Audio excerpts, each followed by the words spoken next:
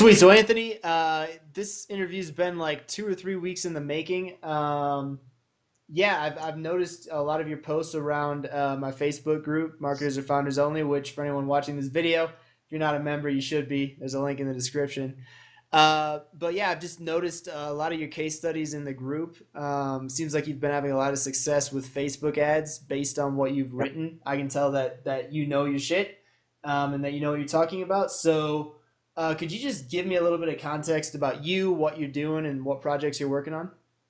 Yeah, so I'm a digital marketer. We kind of do pretty much everything when we come into a company. We look at it as what type of problems that they're facing overall, and we take our past experience and knowledge in online marketing, whether that's Facebook ads, Google AdWords, email automation, just general conversion optimization on their site, and try to apply that knowledge to increase their revenues. And we've had pretty exceptional results. The past three companies that we've worked with, we've increased their revenues, hundreds of thousands of dollars a month.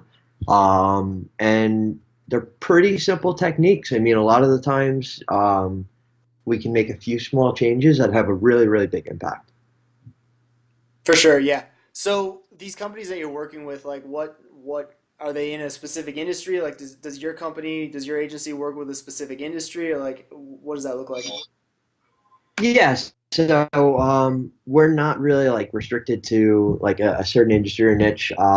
We work with a lot of e-commerce sites, like over 1 million SKUs, automotive parts.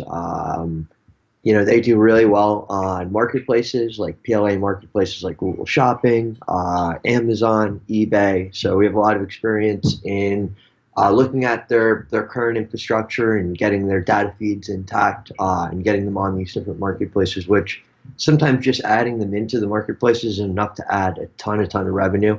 The other side of things of what we do is mostly around info products. So we work with a lot of people in the fitness industry, general coaching, sometimes relationship coaching.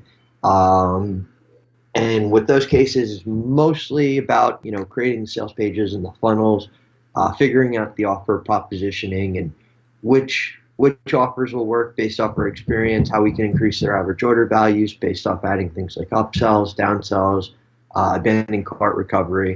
So those are our two primary targets right now. We used to work a lot with local businesses, not so much anymore, but the same concepts typically apply. So we're all over the place. Cool. Right on.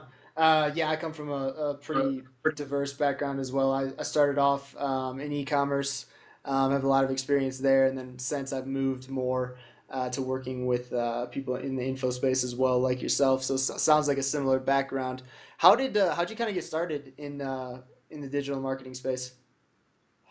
I've been working in digital marketing space for a long time, for uh, 14 years. I'm 28, so I started building websites and getting websites up when I was 14. I got my first executive job at a $500 million real estate company by the time I was 17, and that was just having the on-hand experience of working at a company like that, doing direct mailing as well as email mailing. Um, all different types of ads from AdWords. They didn't really have Facebook ads, I don't think, back then. So I really got my foothold there, and I went off and started my own agency. Since then, I've worked with probably over 1,000 clients now, probably 1,000 websites as well. Wow, that's awesome. So that's like here's an issue that I've been seeing with a lot of my clients, and I imagine that you have as well. Like moving more into like some more tactical stuff.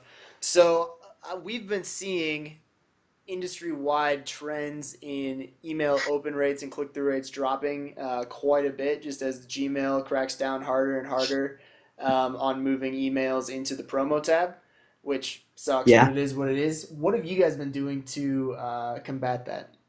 that's a great question because we've been working on that a lot. So we've been doing open rate analysis and email deliverability analysis, and there's two providers we work with that provide services for that. 250ok.com is one, and they're about $2.99 a month. And the other is called Glock Apps, and they're much, much cheaper. They're like $39 a month, can get you like 1,500 tests.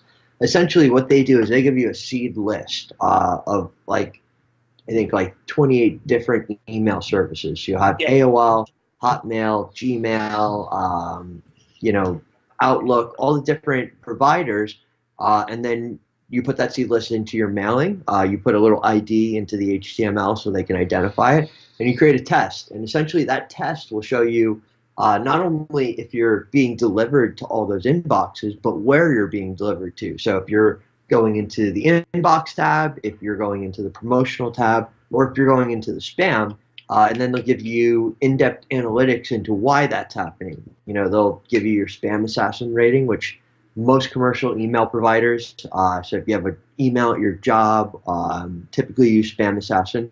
It will tell you why your emails are failing, which is based off a point system. So if you have, you know, spammy words, you might lose 5 points. If your RDNS, which kind of pings back to your IP address and matches it to the website, is incorrect, it'll give you a list of all these factors. It'll also give you the Barracuda ratings, which is, you know, if you work for a company like HP or something, they have their own email. That would be what that would be using to check spam.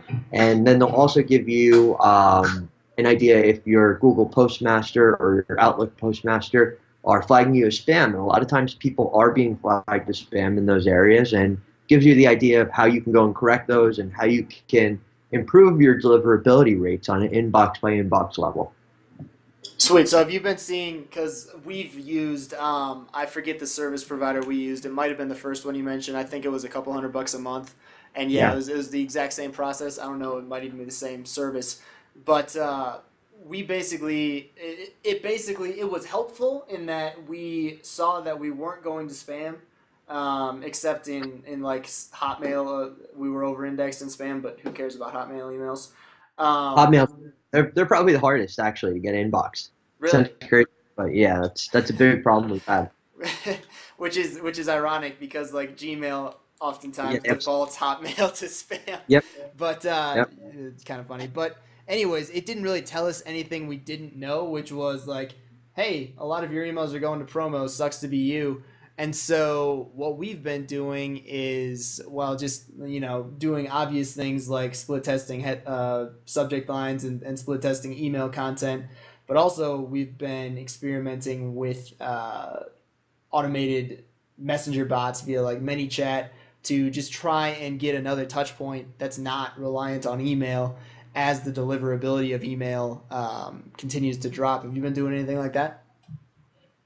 Yeah, yeah. So I'll touch back on the email and then I'll get into our many chats. So I mean the Glock apps and the 250 OK, I mean they're great tools, like you said.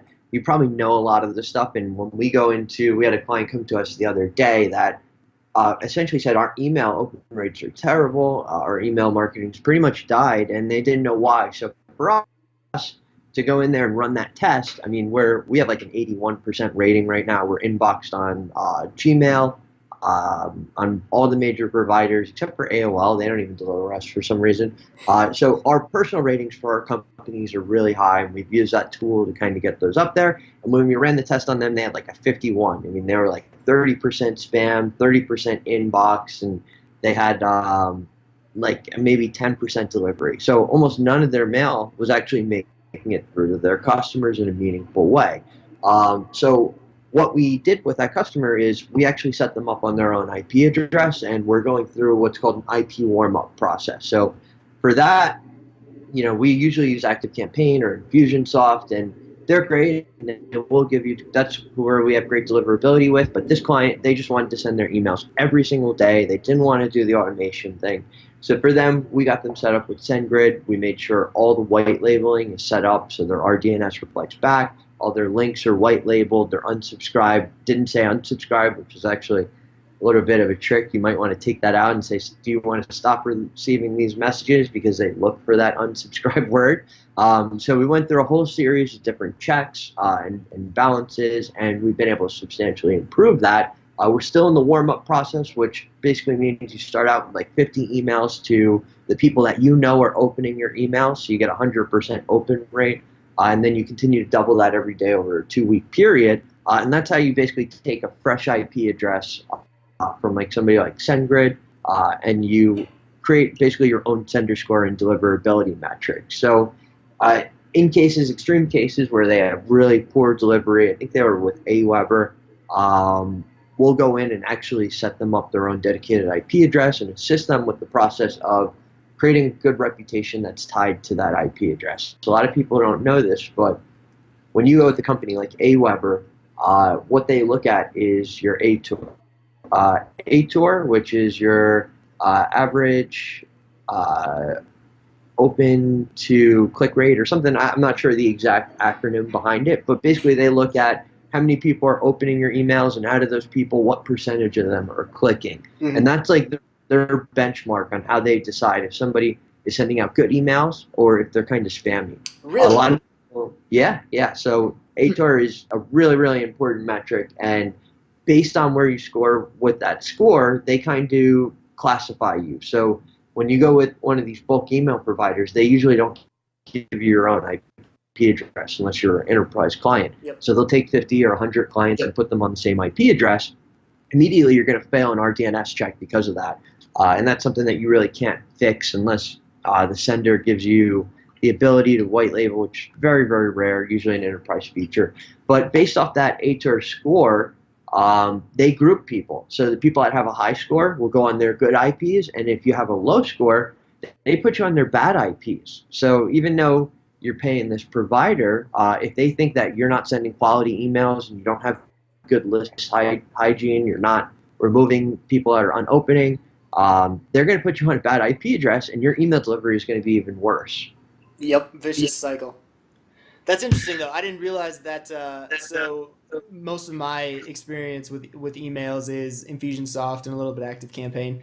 Yeah. I didn't realize that actual email click through rate was like such a high measure of deliverability, which means like if you're trying to be this altruistic marketer and like send out pure value emails with like the entire article in the email, that could actually penalize you. Yeah, exactly, exactly. Sometimes when you talk to their support, they'll kind of slip up and they'll say, "Hold on, let me take a look at this, your ATOR," or they'll mention the statistic. I've had them do it about 3 times, but it's a little bit of an industry secret that that's their benchmark that they're using to qualify people and group them based off their shared IPs. That's really interesting. Email is Now, something that I go ahead. another strategy that we've worked with people and had success with is actually looking at the people that aren't opening your email and pulling them out of your Infusionsoft or your Active Campaign. So if you have like a 60-day period where you see they're not engaged, they've become disengaged, you can set up an automation and a Zapier to kick them over into SendGrid or into a cheaper bulk delivery service, and manage your own reputation on another service just to try to re-engage them and periodically check up, and if they get re-engaged into your message, move them back into your primary flow. That's we do something similar to that. We don't actually move them to like a SendGrid or another provider, but basically anyone who doesn't engage with an email in 60 days, we send them through what we call a breakup sequence, Yeah, where it's just kind of passive aggressive emails like "Yo, open exactly. this," and if they don't, then we just stop sending them emails altogether, basically.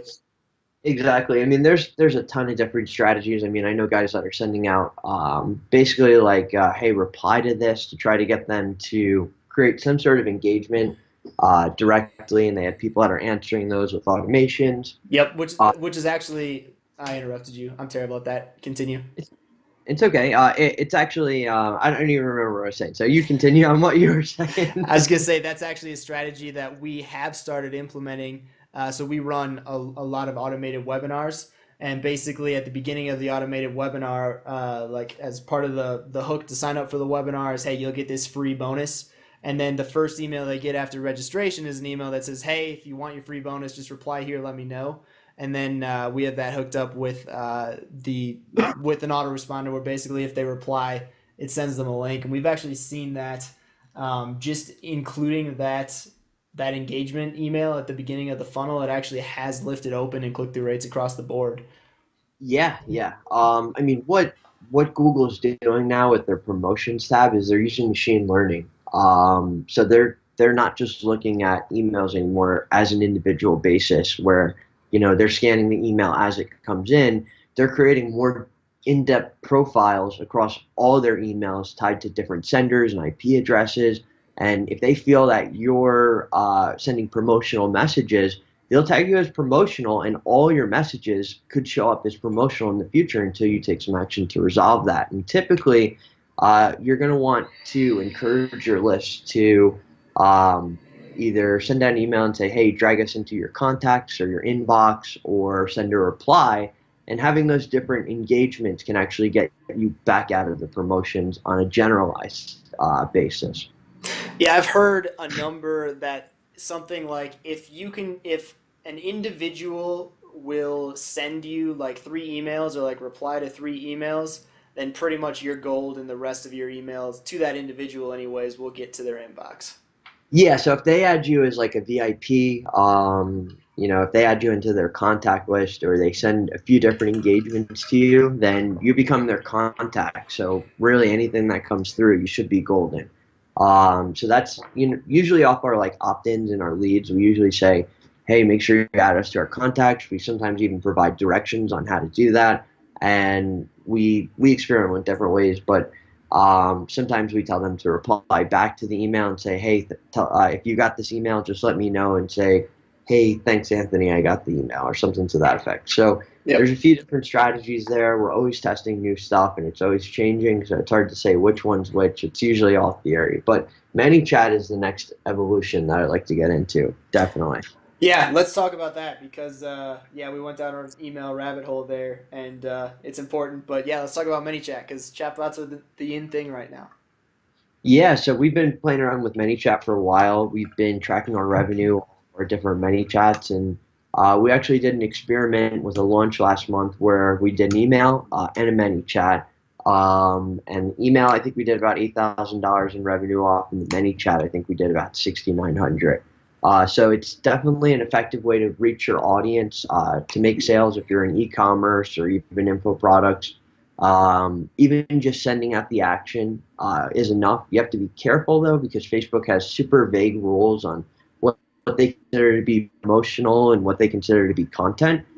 So if you're going to send promotional messages, you probably want to send out like three content messages for everything that you do that's promotional. And you're still at risk for getting your messenger banned. So right now it's kind of wild, wild west, and it's a little bit hard to understand the rules. They're trying to push more and more on this and add e-commerce features and things like that. So it's always changing.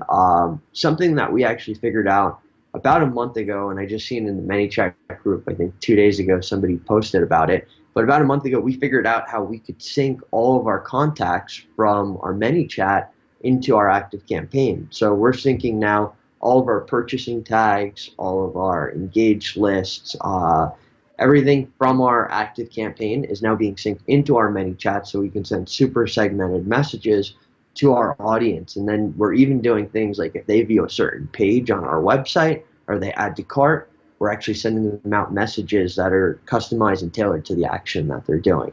So that's all powered off of Zapier.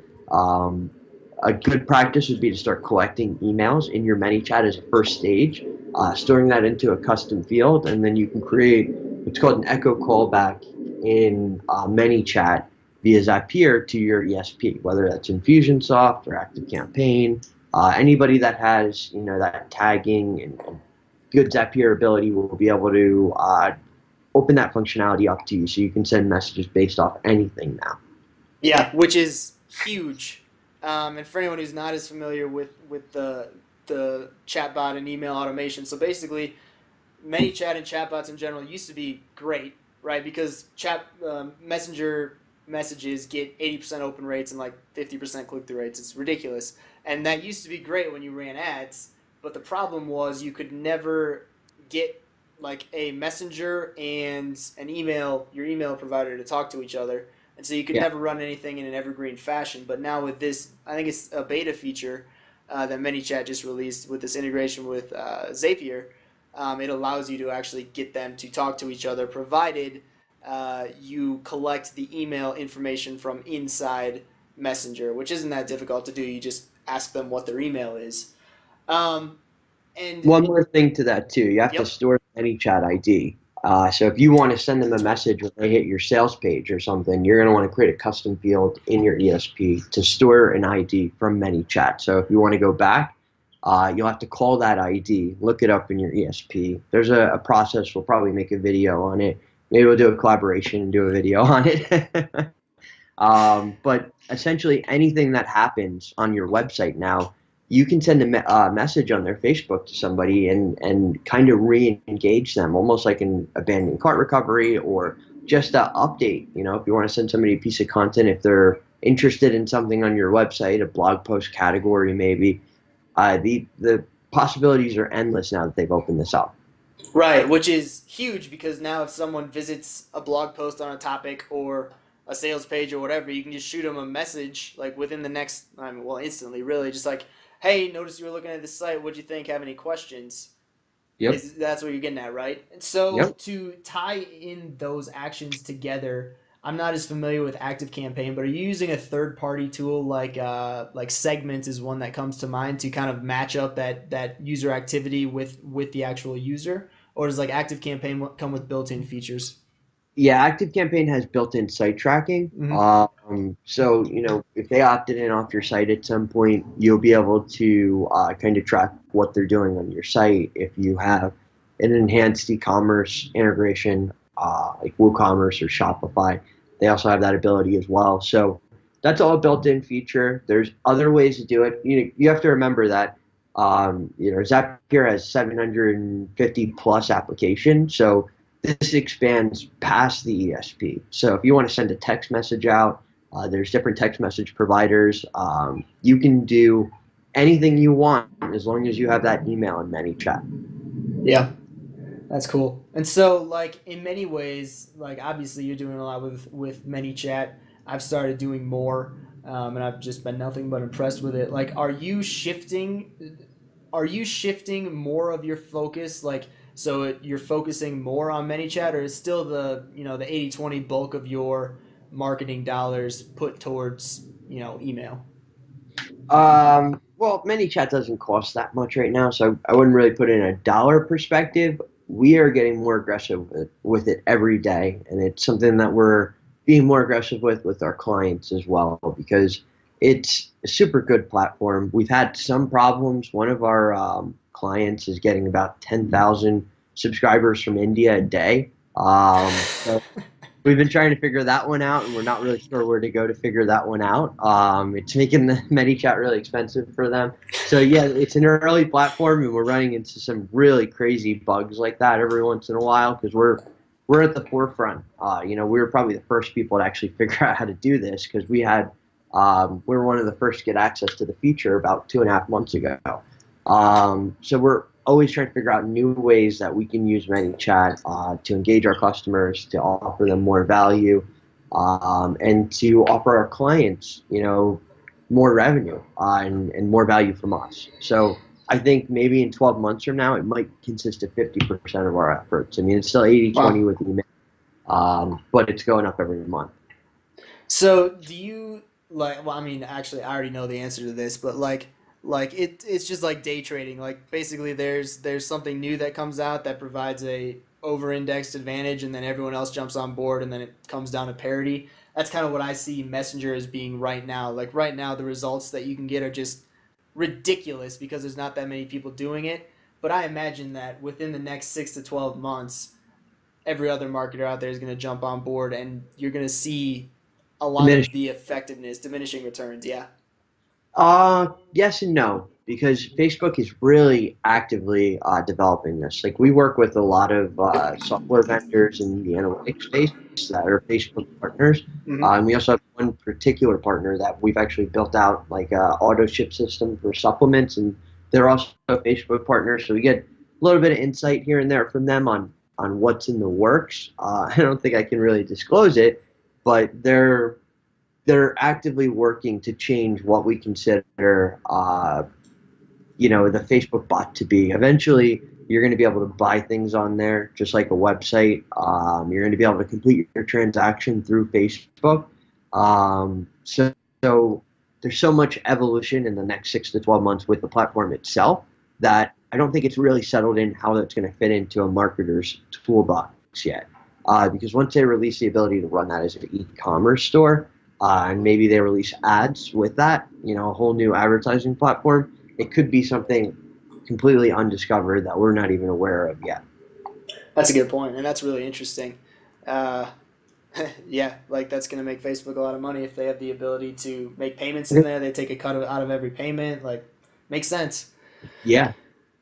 Well, cool. I mean, we could talk about funnels and stuff for days, but most of my audience is interested in the Facebook ads. So let's shift to the Facebook ads. Like, I guess Facebook ads aren't like Facebook ad mechanics itself aren't super interesting to talk about in my opinion, just because like it's pretty easy to get good enough with an ad unless you're at a crazy scale where little things make a big difference. But like, let's talk ad creative. Like, are you seeing any trends on like the ad creative side or types of ads that have been performing particularly well for your clients?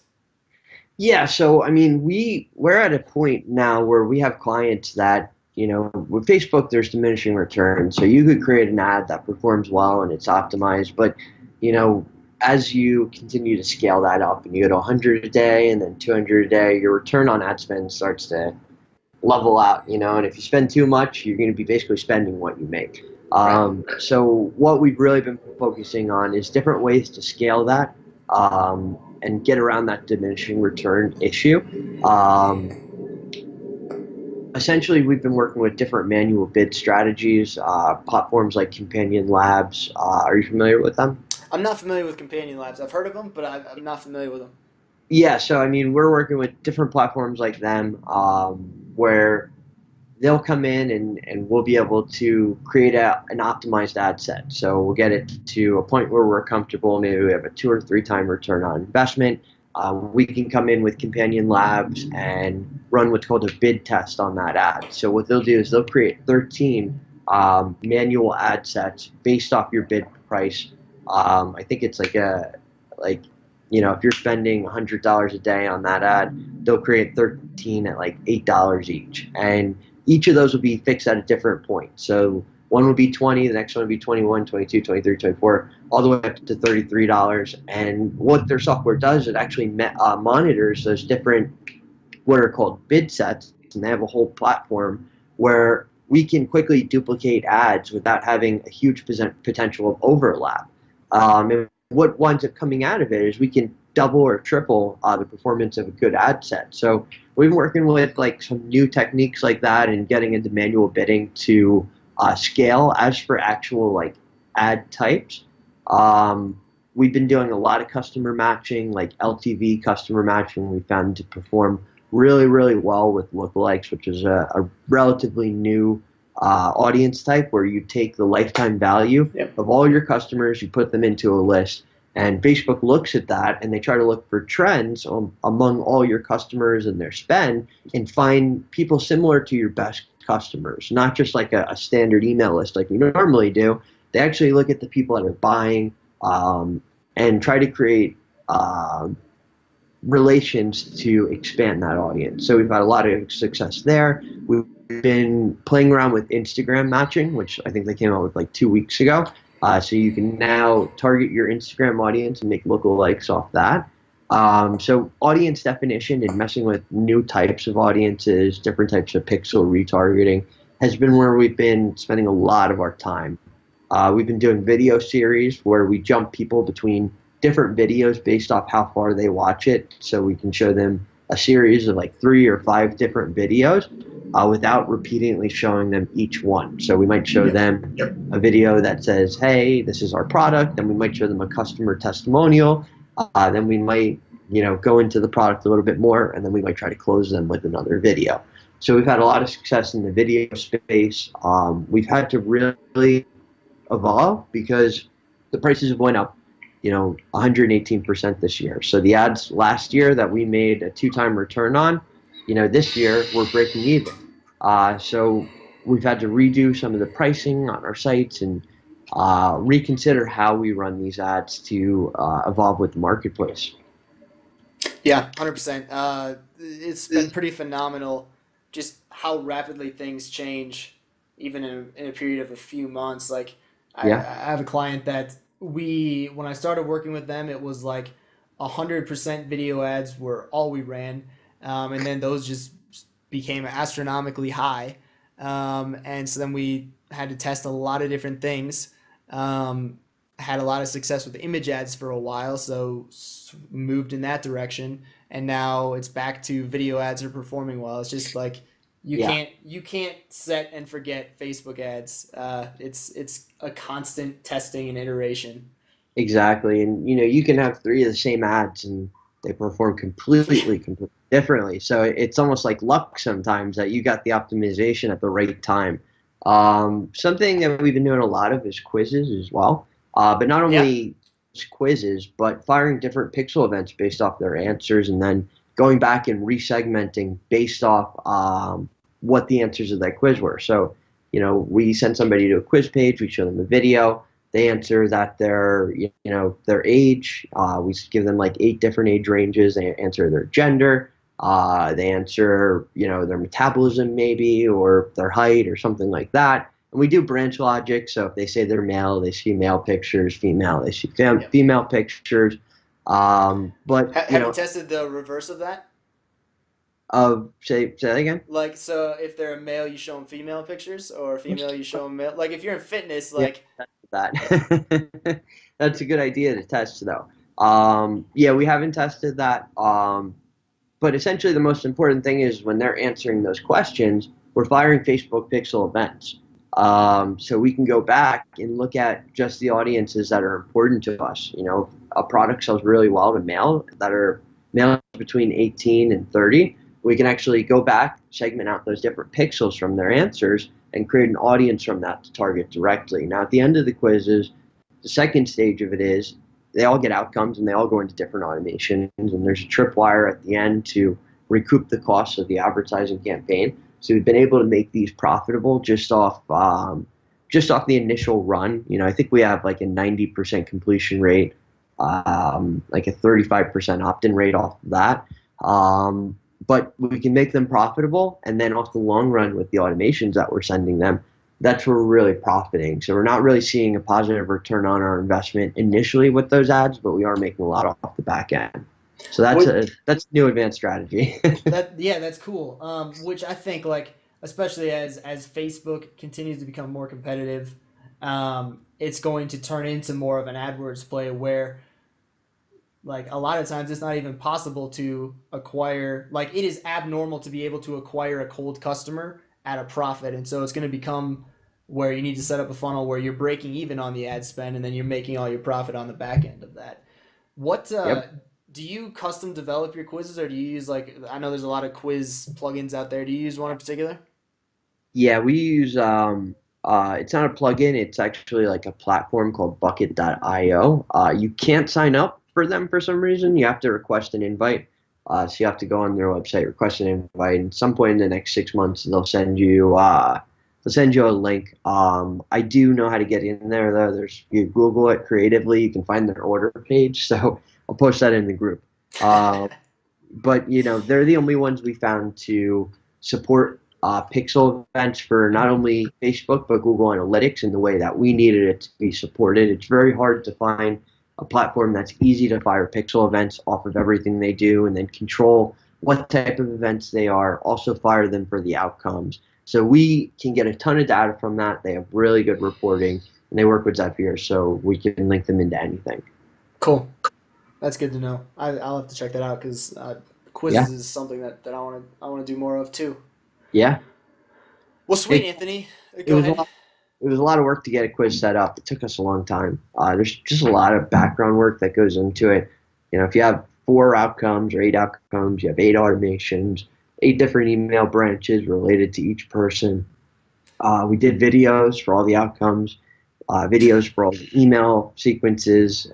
So we did probably 32 different videos that were customized to really provide the results that we wanted in order to get it to be profitable in the front end and also really profitable in the back end.